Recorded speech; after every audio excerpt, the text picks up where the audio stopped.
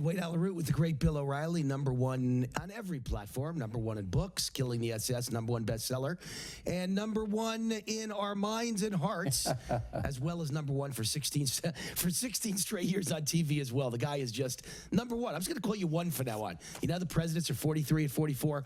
To me, Bill O'Reilly, you're one. Thank you. I appreciate that compliment, Wayne.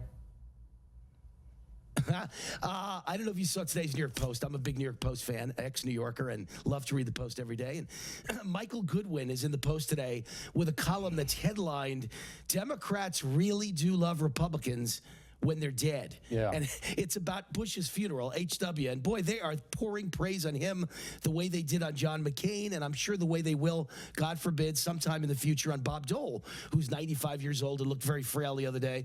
They love you when you used to be their biggest enemy, but now you're in the ground. It sure seems that way. Yeah, it won't be that case when I go, that's for sure. They'll hate me then even more. Look, I read Goodwin's column. It's a good exposition for anybody who wants to take the time to read it. He points out that when Bush the elder was president, that the New York Times hammered him ceaselessly, and so did the Washington Post.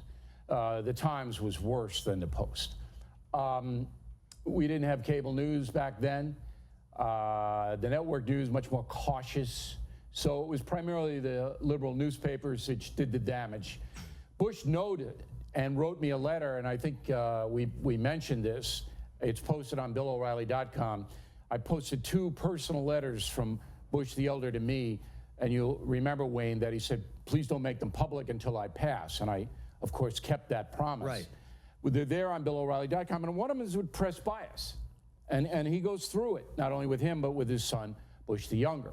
So that's well worth reading. Mm-hmm. I thought the coverage of the funeral today was very good. I thought the ceremony was excellent, and it showed the world that Americans can come together and honor a great man, a patriot. So that was all positive, 100% positive. The nitpicking, of course, was in the left-wing media on television primarily. It was there. It will be there for maybe another 24 hours, then the story goes away. We all know what it is, Wayne. We all know what it is. My question now becomes, how long is Disney going to put up with The View?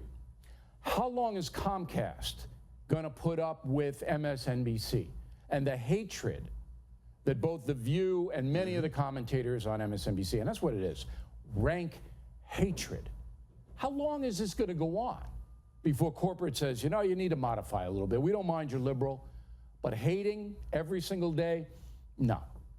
So that'll be the next big story that comes, whether those corporations, which are taking a beating, by the way, in the public arena, Disney in particular, start to say enough. As we do this interview, obviously we recorded earlier in the day than my show, which is at 8 o'clock Eastern each night. At this very moment, the stock market is down another almost 800 points. Yesterday was down almost 800 points.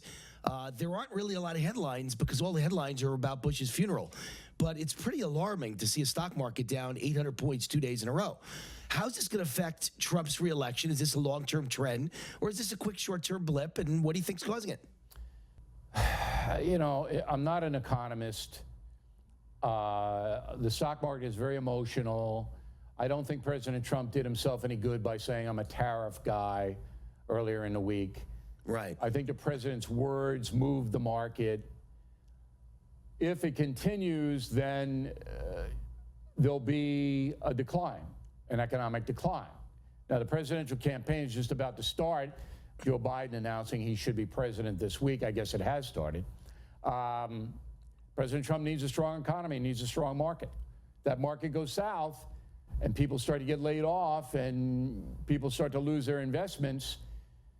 It's going to be very hard for Donald Trump to be reelected. Yeah, and how about that Biden comment? What makes Biden think he is the single most qualified person in America to be president of the United States? You know, he's been around forever, 2-term vice president. Polls show he's the strongest Democratic candidate right now by far. So I think, you know, he's a little cocky and thinks he can beat Trump. Yeah, I only hope he runs. I only hope he's their candidate. I think it'd be great. I think we'd beat him easily. But again, Depends on that stock market, right? I mean, you need a stock market to not drop 800 points every day. Not a good thing. No. And Donald Trump needs to reassure the markets that everything is on track and that he's reasonable, that he's hopeful he'll get deals with China. NAFTA will get passed. He needs to reassure. That's what needs to happen. What do you think of my theory? I want to throw a curveball at you, Bill. My theory is that there's a lot of people who make a lot of money in the D.C. swamp off of the bad trade deals we have now with China, and they don't want us to cut a new deal that's more favorable to the U.S. So they're the ones who are trying their best to ruin the stock market temporarily. So Trump is panicked, and he's got to cut a bad deal or leave things alone. I think there's a good chance that what I'm saying has some truth to it. I don't know if they have the clout to do that, Wayne. I mean, I don't know if individual traders or, stock manipulators have the power to drive worldwide markets. I don't disagree with you that there are people profiting from, bad deals, but I don't know if they have the power to do it. Donald Trump's the most powerful man in the world. Market wants stability. That's above all, they want stability. The more stability Donald Trump can assure, the better the stock market's going to be, because the economy is essentially pretty strong now, but that could change fast.